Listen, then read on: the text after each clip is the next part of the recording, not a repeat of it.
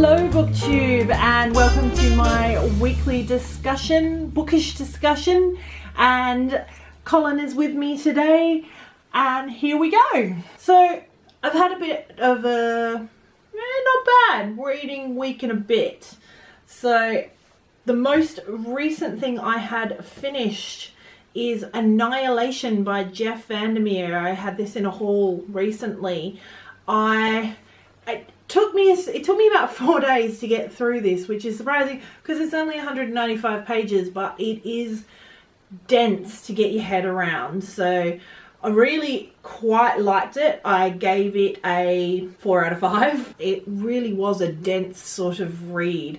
I had recently watched it on Netflix, and there is some very definite differences and understandable differences because there's just no way they could have done it on screen.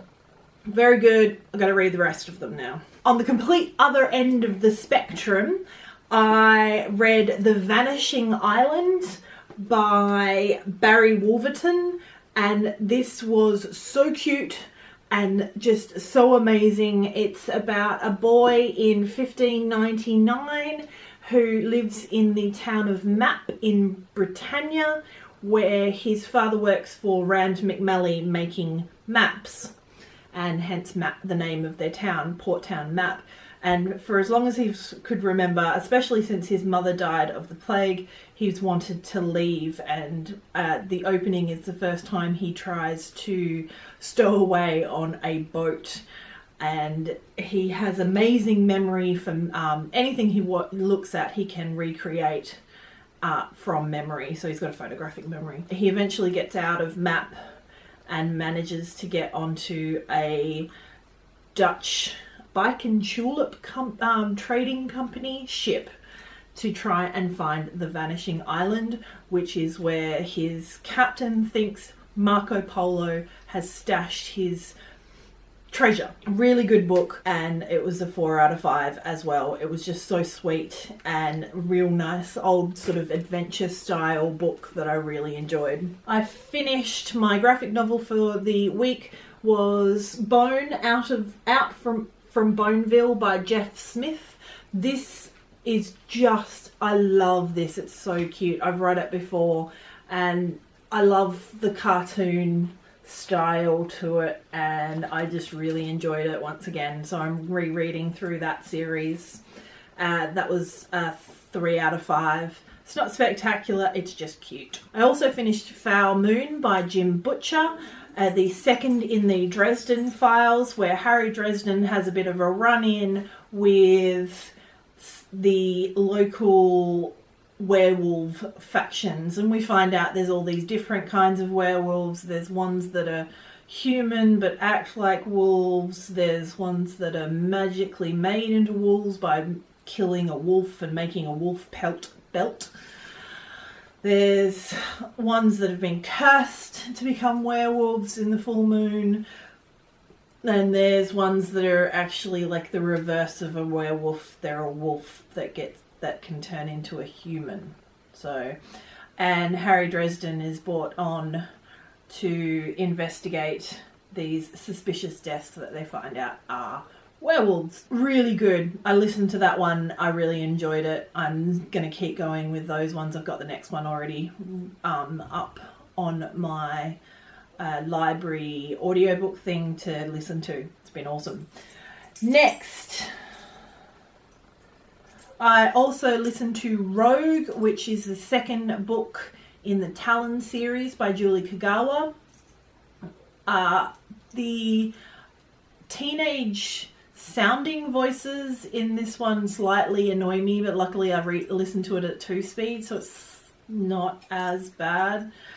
And the English accented guy, supposedly English, they keep saying he's English, but he uses mate a lot and sounds a hell of a lot like a Queenslander.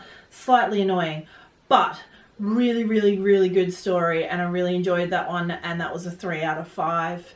So they're continuing in the rogue section of running away from Talon and running away from St. George. who kill dragons. I also just finished on my way home from work listening to the first set of the Winnie the Pooh books, the first 10 stories about Winnie the Pooh. Absolute. I love the nonsense logic of children's books of that era. With Christopher Robin saying, why is he the Pooh? And it's like, well, you know what the means. And just the amazing, little songs of Winnie the Pooh sings about nonsense. It's just wonderful. Absolutely loved it. It was a 5 out of 5 because it made me giggle all the way to work this morning, which on a Monday morning, that's not bad.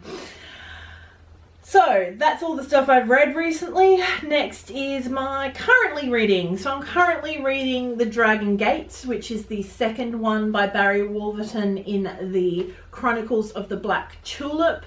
They've, a little bit of a spoiler, they are on the Vanishing Island and they're trying to make it off, and I'm only like 50 pages in, but trying to make it off to get to the Dragon Gate, where they've seen a map that they can get there, and because of Bren's ability to look at a map and remember it, he's been able to actually recreate it for them to go on that journey.